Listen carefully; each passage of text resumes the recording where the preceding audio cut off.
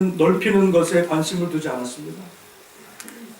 다윗은 왕으로서 전쟁에서 승리하는 것, 그 승리를 위해서 살아왔던 사람이 아니었다는 말씀입니다.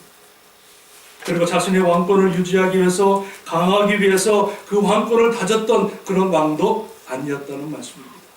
다윗에게 있어서 오직 한 가지, 그 평생에 가장 기뻐하고 가장 행복했던 그 순간이 언제냐?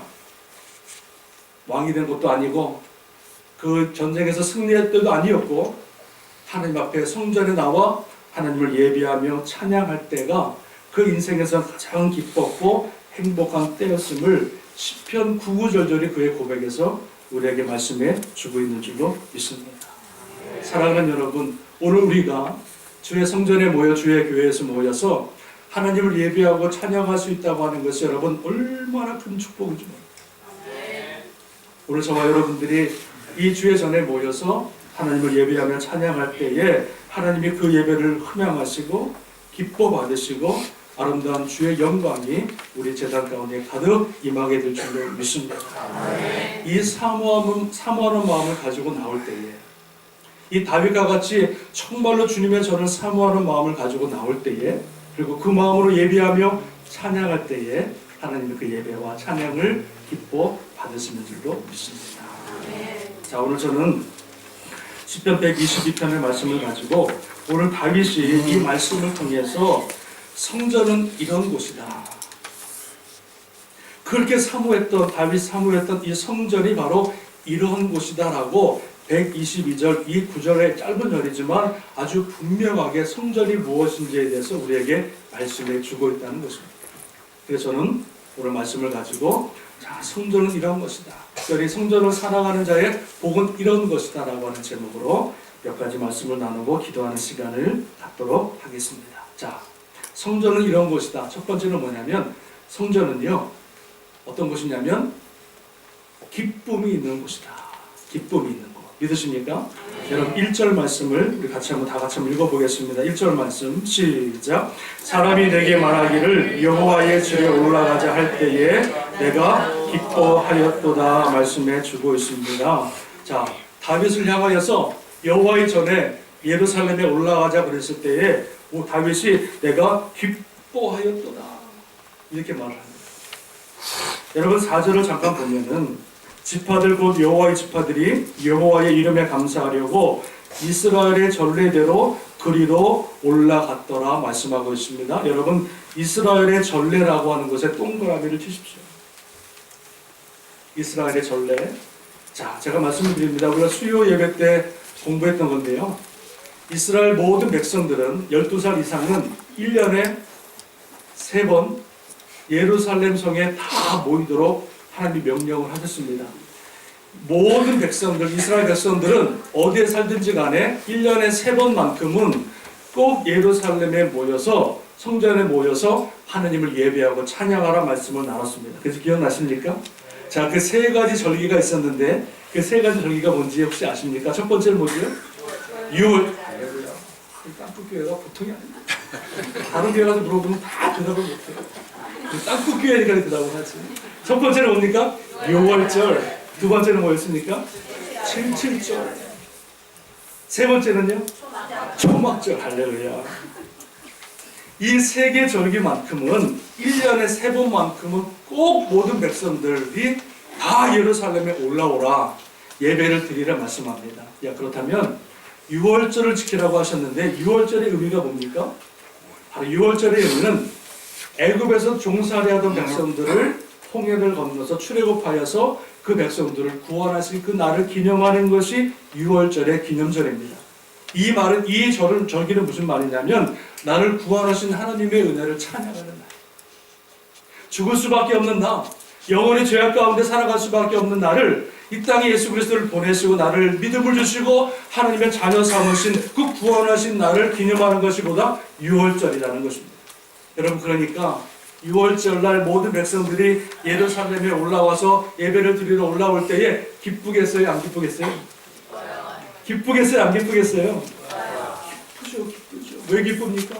나를 구원하신 하나님, 나의 이름을 생명책에 기록하시고 영원한 영생으로 인도하신 그 하나님의 이름을 찬양하며 올라갈 때 어찌 여러분 안 기쁘겠냐는 말씀입니다. 그래서 여러분, 성전이라고 하는 것은 기쁨의 곳이다. 기쁨으로 나오는 거예요. 자, 그렇다면 두 번째 7절은 무슨 절기냐? 무슨 절기라고 그랬습니까? 첫 수확을 거두는 때에 주님 앞에 나와 올라와서 예배를 드리는 거예요. 첫 수확, 내 삶의 열매, 내 삶의 풍성한 은혜, 이것들을 기억하면서 하나님 앞에 감사로 기억하면서 주님 앞에 올라가서 드리는 예배가 무엇입니까? 바로 77절, 오순절, 맥주절이라고 하는 것입니다. 그러니까 여러분, 내게 인생에 허락하신 그 은혜를 기억하면서, 내 가정에 허락하신 그 은혜, 내 자녀들에게 허락하신 그 은혜를 풍성히 안고 주님 앞에 예루살렘에 올라갈 때에 기쁘겠어요? 안 기쁘겠어요? 기쁘겠습니까? 여러분 표정은 왜 그렇습니까? 전혀 기쁜 표정이 아니에요. 자, 기쁨으로 주님 앞에 나오는 거예요. 그러니까 예루살렘 성전에 올라갈 때 750m지만은요, 기쁨으로 찬양하면서, 가족끼리 찬양하면서, 친구끼리 찬양하면서, 나를 구원하신 하나님, 내게 은혜를 베푸신 하나님을 찬양하며 경배하며 예루살렘 성전에 올라가는 거예요. 자, 마지막 하나 뭐라 그랬습니까? 초막절이다.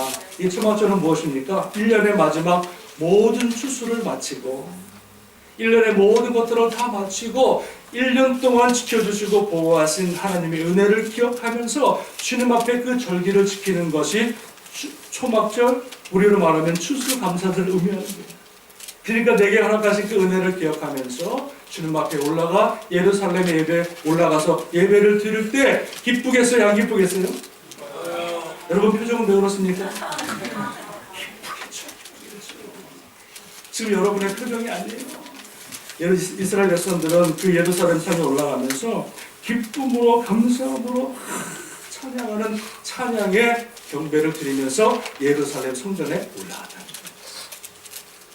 여러분 오늘 주일날 주의 몸된 재단에 오실 때에 어떤 마음으로 오셨습니까? 정말입니까?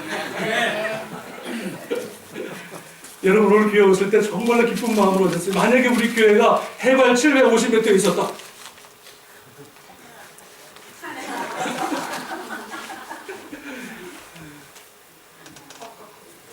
여러분 오늘 주의 재단에 나오실 때에 우리 마음속에는 오늘 시편의 기자의 고백과 같이 기쁨이 있어야 돼요. 와, 나를 구원하신 하나님을 찬양하는 곳으로 내가 가는 거야.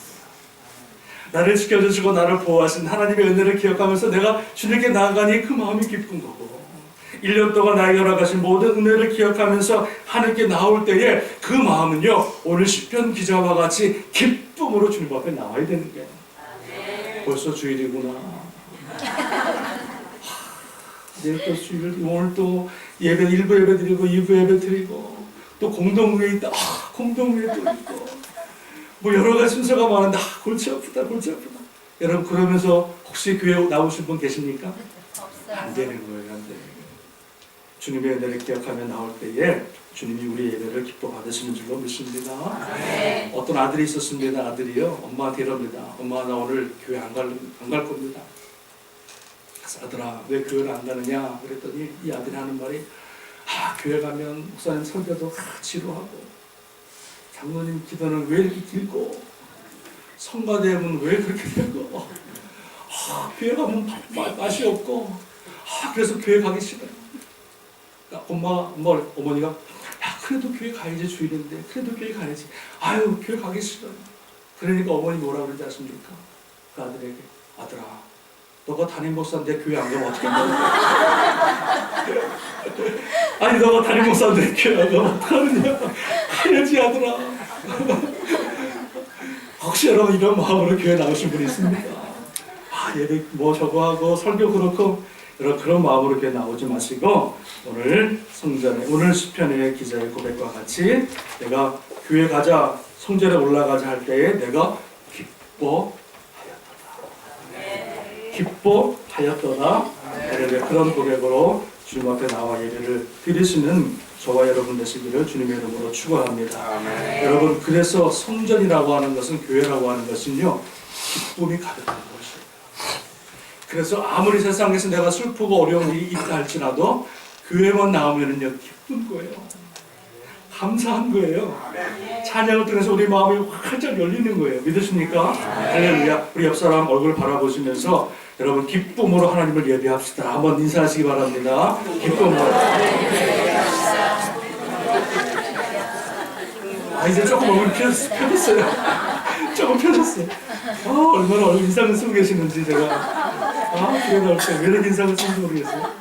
할렐루야. 우리가 주님 앞에 우리가 예배 드리러 가면 주님을 만나고 그 예배를 통해서 하나님 말씀을 듣고 그 말씀을 통해 다시 한번 우리가 새 힘과 능력을 받기 때문에 교회에 나오는 이곳이 기쁨의 자리가 되어야 될 줄로 믿습니다. 자, 두 번째, 성전은 어떤 곳이냐? 성전은 두 번째는요. 자, 평안이 있는 곳이다. 이렇게 말씀해 주고 있습니다. 평안이 있다. 성전 안에는. 여러분 본문 말씀 6절 한번 읽어보겠습니다. 6절 시작. 예루살렘을 위하여 평안을 구하라. 예루살렘을 사랑하는 자는 평통하리로다. 7절 말씀 시작. 내 성 안에는 평안이 있고 내 궁중에는 평평함이 있으리로다. 8절 말씀 시작. 내가 내 형제와 친구를 위하여 그 가운데서 평안이 있을지어다. 아멘. 자, 여러분 예수님 믿으면 제일 먼저 우리 마음에 찾아오는 게 있습니다. 이게 뭡니까? 평안. 예수 그리스도를 내가 믿고 하나님의 자녀가 된 다음에는요, 세상은 바뀐 게 없지만, 세상은 모든 것이 다 똑같지만 내가 예수를 믿는 순간에 바뀐 게 하나가 있어요. 뭐가 바뀌었을까요? 내가 바뀌었어요.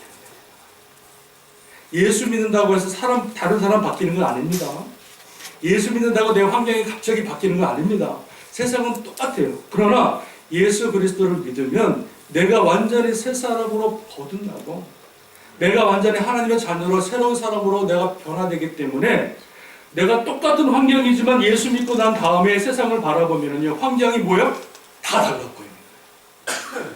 그런 경험 없으십니까? 있죠. 제가 예수 믿고 난 다음에도요, 예수 믿고 나서 영접하고 회개하고 좀 영접한 다음에 교회를 딱 나왔는데요, 나와서 보니까 온 천지가 다 주님을 찬양하는 거예요. 지나가는 새가 짹짹짹짹 거리는